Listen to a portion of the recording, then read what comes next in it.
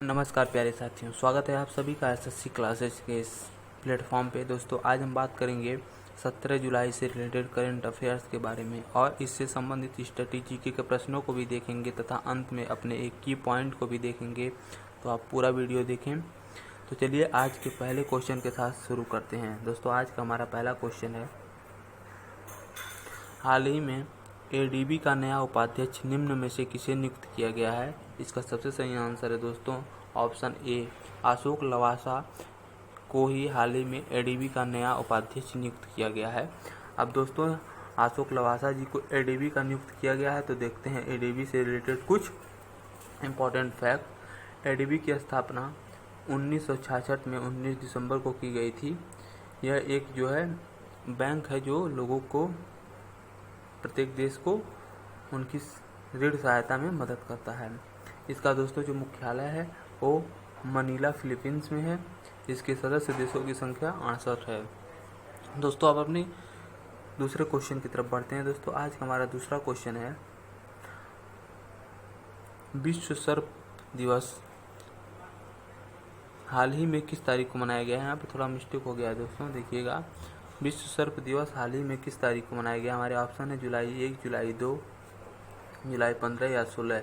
इसका सबसे सही आंसर है दोस्तों ऑप्शन डी, 16 जुलाई। हाल ही में 16 जुलाई को वर्ल्ड स्नैक डे मनाया गया है। अब देखते हैं जुलाई से रिलेटेड आज तक के महत्वपूर्ण दिवसों के बारे में।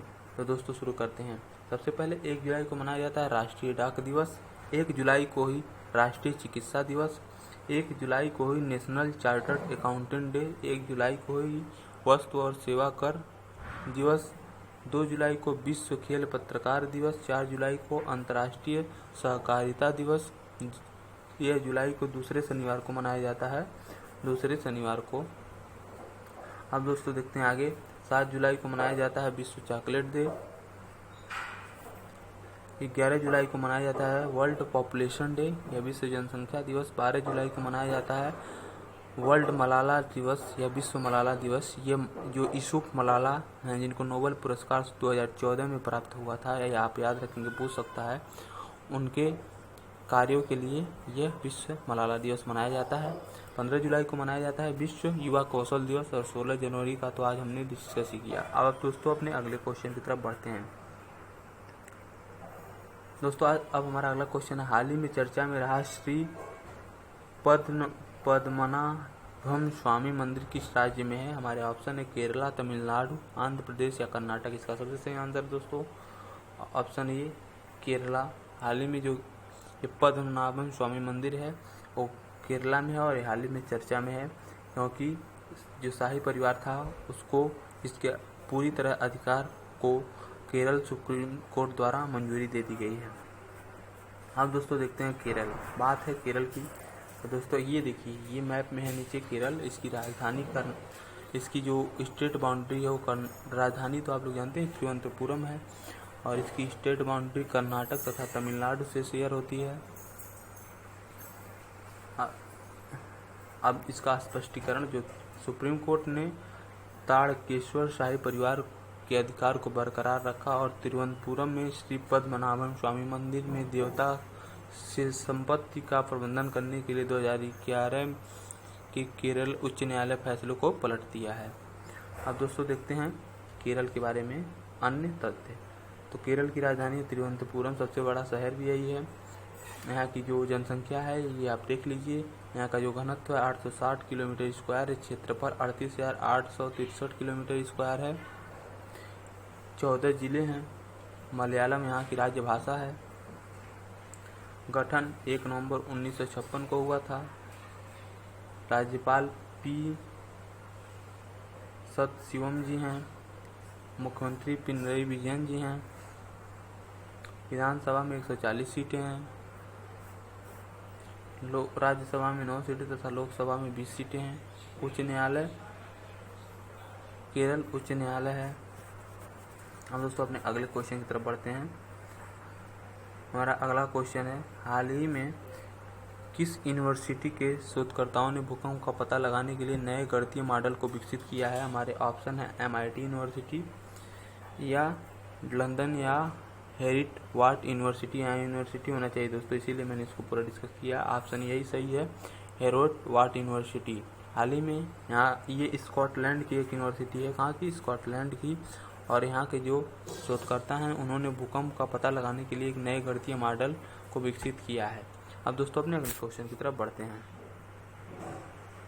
दोस्तों हमारा अगला क्वेश्चन है, हाल ही में किसने सतत विकास 2020 को लेकर दूसरी स्वैच्छिक राष्ट्रीय समीक्षा जारी की है? ऑप्शन है, इसका सबसे सही आंसर है ऑप्शन ए, नीति आयोग ने सतत विकास 2020 को लेकर स्वैच्छिक राष्ट्रीय समीक्षा जारी की है। अब देखते हैं नीति आयोग से संबंधित कुछ इंपॉर्टेंट फैक्ट के बारे में। इसका गठन 1 जनवरी 2015 को हुआ था।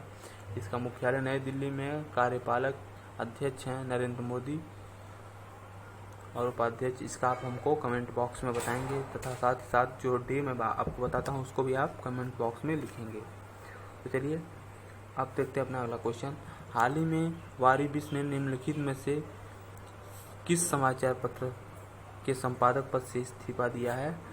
इसका सबसे सही आंसर है दोस्तों न्यूयॉर्क टाइम। हाल ही में जो वारीबिस हैं उन्होंने ये कह के इस्तीफा दिया है कि उन्हें अपनी स्वतंत्रता से काम करने नहीं दिया जा रहा, और न्यूयॉर्क टाइम जो अमेरिका का बहुत बड़ा अखबार है उसके संपादक पद से इस्तीफा दे दिया है। अब दोस्तों अपने अगले क्वेश्चन की तरफ बढ़ते हैं। हमारा अगला क्वेश्चन, हाल ही में जाकर यूथ ओलंपिक किस वर्ष तक के लिए स्थगित कर दिया गया है? तो दोस्तों ये 2026 तक के लिए स्थगित कर दिया गया है, जो कि इसी समय होने वाला था, लेकिन इसको पता नहीं किस कारण से, अभी कारण नहीं पता चला है, लेकिन ये न्यूज आई है कि इसको 2026 तक के लिए स्थगित कर दिया गया है। हमारा अगला क्वेश्चन, हाल ही में मिलाओ चेक्स का निधन हुआ है, वे निम्न में से क्या थे? तो इसका सबसे सही आंसर दोस्तों कम्युनिस्ट नेता थे। ये लास्ट कम्युनिस्ट पार्टी के नेता थे, लॉस जॉनसन पार्टी के। दोस्तों अपने अगले क्वेश्चन की तरफ चलते हैं। हाल में भारत के बाद किस देश ने सभी चीनी ऐप पर प्रतिबंध लगाया है? इसका सबसे सही आंसर है दोस्तों ए, अमेरिका। हाल ही में अमेरिका में भी सभी चीनी ऐप पर प्रतिबंध लगा दिया गया है, जैसे टिकटॉक हो गया। किस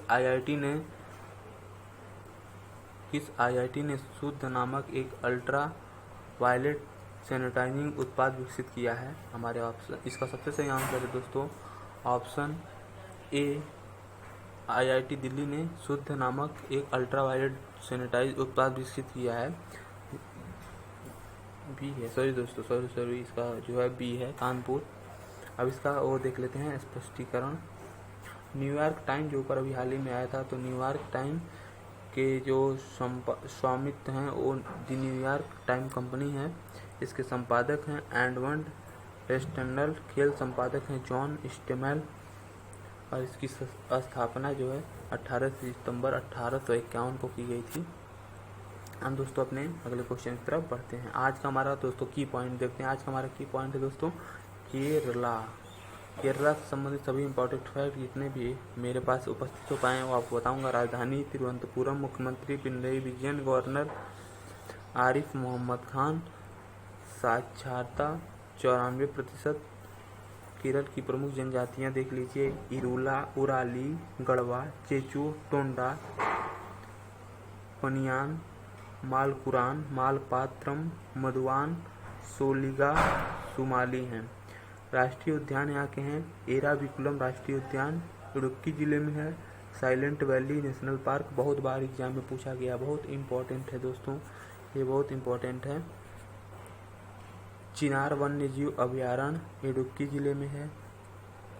कुमारकोर पक्षी अभयारण्य कोट्टायम जिला में है। पेरियार वन्य जीव अभयारण्य ये भी बहुत इम्पोर्टेंट है दोस्तों, इडुक्की वन्य जीव अभयारण्य। केरला के एक प्रमुख पर्व है जो पूरे धूमधाम से मनाया जाता है, ओणम, जो सम्राट महाबली की याद में मनाया जाता है।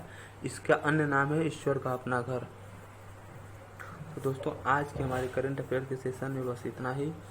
हम आशा करते हैं कि आपको हमारा ये करंट अफेयर का सेशन बहुत ही अच्छा लगा होगा। आप इसे ज़्यादा से ज़्यादा शेयर करेंगे, लाइक करेंगे तथा सब्सक्राइब करेंगे। तो धन्यवाद दोस्तों, आज के लिए बस इतना ही। आप अपने नेक्स्ट सेशन में एक बहुत ही रोमांचक पैटर्न के साथ अगले करंट अफेयर में मुलाकात करेंगे। धन्यवाद।